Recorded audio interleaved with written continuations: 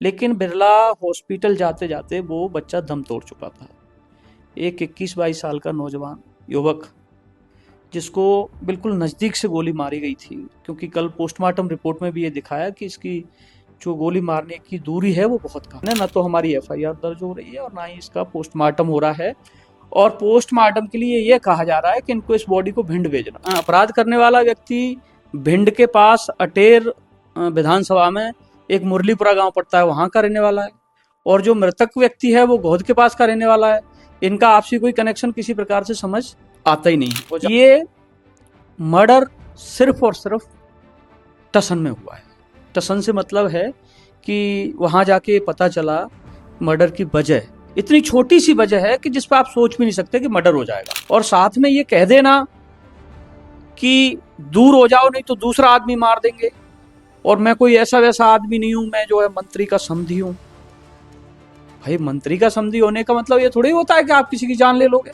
क्योंकि अगर हिरासत में ले लिया जाता तो कल आंदोलन करने की या रोड पे बैठने की या वहां जाने की ओबीसी समुदाय के लोगों को या एससी एसटी के साथी जो एकत्रित हुए या बच्चे के प्रति जो संवेदनाएं क्षेत्रीय लोगों में जागृत हुई, जो वहां घटनाक्रम घटता वो घटता ही नहीं। जिस प्रकार से मर्डर हुआ है तो अपराधी की चल अचल संपत्ति की जांच करके जितने भी अवैध संपत्तियां उनको तोड़ा जाए, ये मांग थी।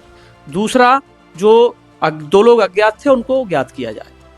तीसरा, बच्चे घर में अकेला बच्चा था कमाने वाला, पिताजी उसके पैरालाइज्ड हैं, तो बच्चे के जो रोजगार के लिए है ना, उसको रोजगार की व्यवस्था की जाए। कार्यकारिणी राष्ट्रीय अध्यक्ष ओबीसी महासभा से और राष्ट्रीय महासचिव गुर्जर वीर सेना से भूपेंद्र कराना जी जो आज हमारे साथ मौजूद हैं। पहले तो हम आपको बता दें कि भूपेंद्र कराना जी बहुत जाना माना चेहरा है और एक जनसेवक हैं, जननायक हैं। जनसेवक के रूप में एक नया चेहरा है जो जनता के लिए हमेशा तत्पर रहता है, हाजिर रहता है। हम भूपेंद्र कराना जी से खुद ही जानते हैं कि आखिर कल जो गोहद में एक हृदय विदारक जो घटना होती है उसको लेकर, उन मांगों को लेकर भूपेंद्र कराना जी गोहद जाते हैं, अपनी मांगें शासन से, प्रशासन से रखते हैं कि आखिर जिस घर का एक लाडला, एक नौजवान हट्टा कट्टा जब दुनिया से अलविदा कहता है और लोग उसकी निर्मम हत्या कर देते हैं, तो आखिर किस तरह से जो न्याय की जो गुहार लगाने के लिए भूपेंद्र कराना जी गोहद जाते हैं। हम पहले तो पूरा मामला जानते हैं भूपेंद्र कराना जी से। भूपेंद्र जी, पहले तो आपका बहुत बहुत स्वागत है जीवन न्यूज़ में। शुक्रिया, बहुत बहुत धन्यवाद।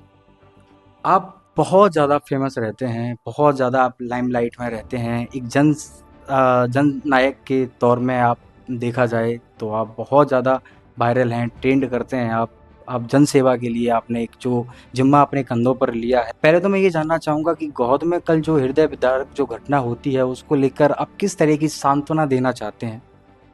दरअसल ये जिम्मेदारी या जो भी काम करने का ये तरीका है, ये मैं इतना कहूँगा कि ये कोई जननायक को साबित करने के लिए नहीं है। ये जिस समाज में अपन पैदा हुए हैं, जिस माँ की कोख से जन्म लिया है, जिस समाज में जन्म लेके अपन इस धरती पर आए हैं, उसका कुछ कर्जा होता है।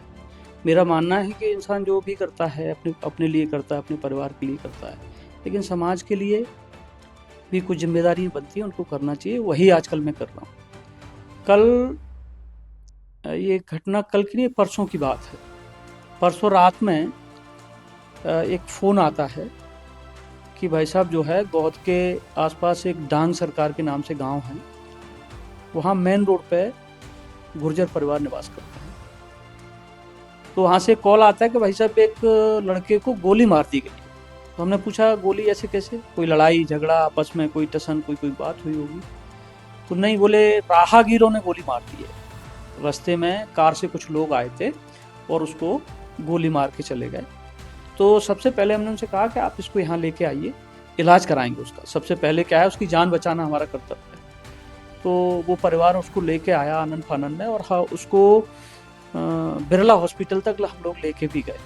लेकिन बिरला हॉस्पिटल जाते जाते वो बच्चा दम तोड़ चुका था। एक 21-22 साल का नौजवान युवक जिसको बिल्कुल नज़दीक से गोली मारी गई थी, क्योंकि कल पोस्टमार्टम रिपोर्ट में भी ये दिखाया कि इसकी जो गोली मारने की दूरी है वो बहुत कम है। तो पता चला तो उनको वापस किया गया, जानकारी ली गई। बिरला हॉस्पिटल से जब वापसी होने के बाद सीधी सी बात है कि मर्डर हुआ है, प्रशासन को खबर होनी चाहिए। गोहद जो गोहद चौराहा थाना है पुलिस स्टेशन, उससे बमुश्किल 1 किलोमीटर 1.5 किलोमीटर के दायरे में वो घर है और ऑन रोड घर है, वो NH 719 पे मेन रोड पे है। यहाँ से 9 बजे वो वापसी होते हैं और 9 बजे के बाद ग्वालियर पहुंचने में कितना वक्त लगता है? मुश्किल से 1 घंटा, 45 मिनट 1 घंटा। 10 बजे वो ग्वालियर वापस पहुंच जाते हैं।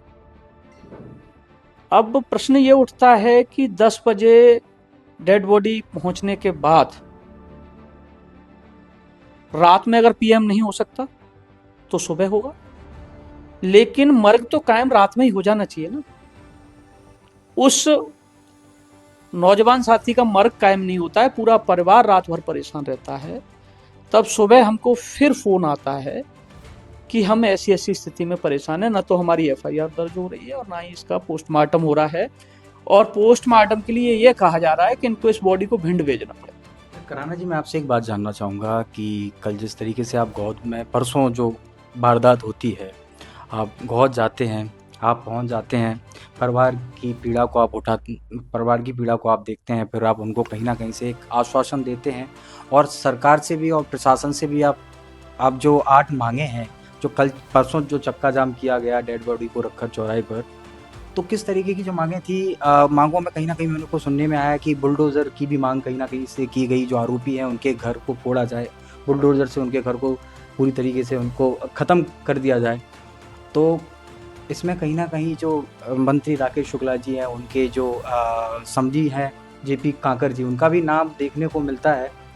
तो कोई आपसी रंजिश पहले थी या फिर ऐसा कुछ है?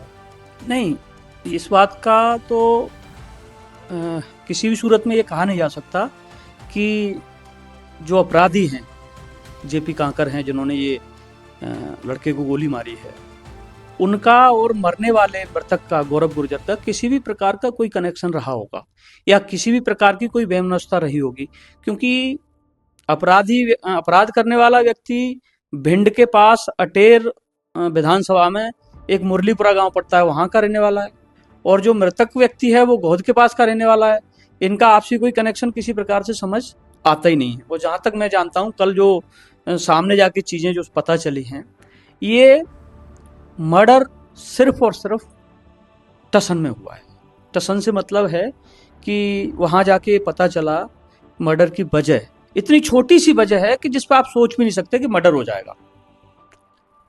जो गौरव गुर्जर है, उसके घर में शादी है, बहन की शादी है, बगल में चाचा के बच्चे की शादी हो रही है, और वो अपने घर कुछ लेने जाता है। लेने जाते वक्त वो देखता है कि 1-2 व्यक्ति जो है रोड पे खड़े और उसके घर की तरफ मुंह करके मतलब वो पेशाब कर रहे हैं, बाथरूम कर रहे हैं। तो जो महिलाओं का आना जाना है, तो उसका कहना यह है कि उसने ये कहा कि भाई, घर की तरफ पेशाब खड़े होकर कौन करता है, और जो महिला जो आना जाना लगा हुआ है, शर्म नहीं आती आपको? ऑब्वियस सी बात है, कहता ही आदमी। इतनी सी बात पे, टसन पे किसी को गोली मार देना राइफल निकाल के, ये हम कौन से लोकतंत्र में जी रहे हैं या राजतंत्र में जी रहे हैं, या हम किसी तानाशाही के या राजतंत्र में जी रहे हैं? ये तो कोई वजह ही नहीं हुई मर्डर करने की, बेवजह का मर्डर हुआ। और साथ में ये कह देना कि दूर हो जाओ नहीं तो दूसरा आदमी मार देंगे, और मैं कोई ऐसा वैसा आदमी नहीं हूं, मैं जो है मंत्री का समधी हूं। भाई, मंत्री का समधी होने का मतलब ये थोड़ी होता है कि आप किसी की जान ले लोगे। उनको हिरासत में ले तो लिया गया है, 2 आरोपी अभी भी फरार हैं, पुलिस की गिरफ्त से बाहर हैं।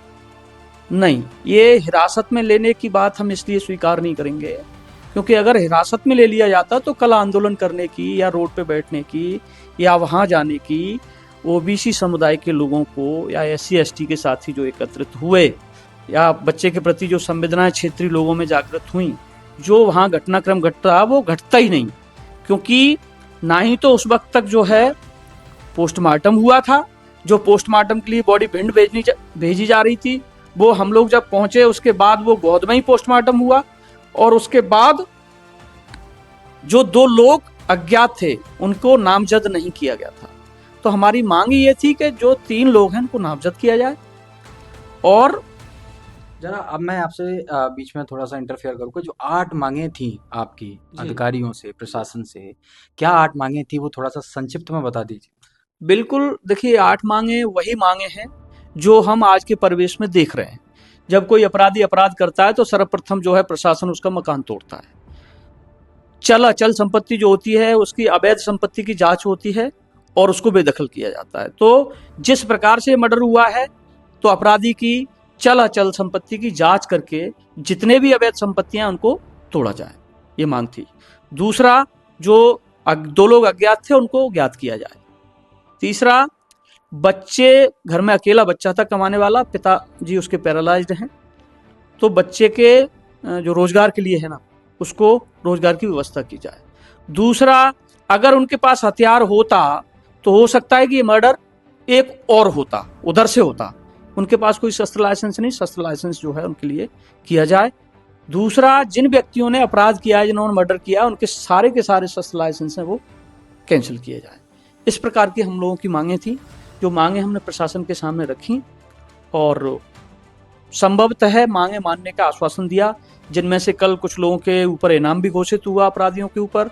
2 अपराधी भी जो है जो अज्ञात थे वो ज्ञात हुए, पुलिस ने सब ट्रेस कर लिया है, और जो मेन अपराधी था उसको कल हिरासत में भी ले लिया। तो जीवन न्यूज़ की अदालत में हमारे साथ मौजूद थे, जिन पर तमाम ऐसे सबूतों के माध्यम से हम पेश किया, हमने इन्होंने अपनी बातें रखी जिनको बाइज्जत बरी हम लोगों ने किया। और हमारे साथ थे भूपेंद्र कराना जी, जिनका बहुत बहुत स्वागत। और आपके उज्जवल भविष्य की मैं और मेरी टीम आपकी कामना करती है, आपके अच्छे स्वास्थ्य के लिए।